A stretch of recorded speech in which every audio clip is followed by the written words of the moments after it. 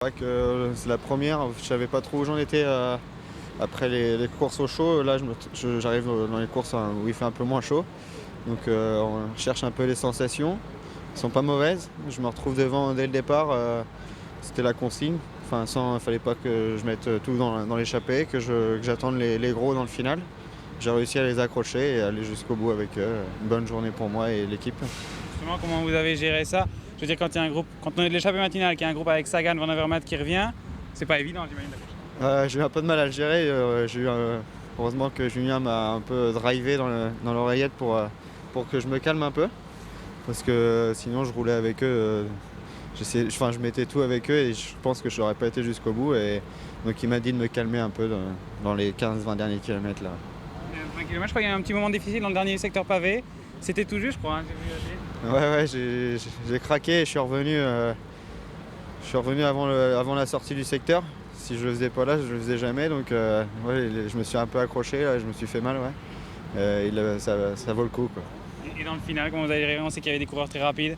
Sagan, Van Avermaet. Ouais, moi personnellement, j'avais les jambes vraiment très dures. Chaque relance, la crampe chantait les débuts de crampe.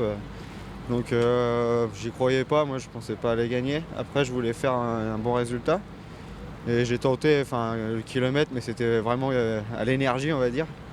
Même s'il n'y en avait plus beaucoup. Ouais, j'ai tenté un truc, mais ça n'a pas fonctionné. Je me suis retrouvé devant à 500 mètres et ils n'ont jamais voulu me laisser passer derrière. Et une fois que le sprint il est lancé, c'était fini pour moi, quoi.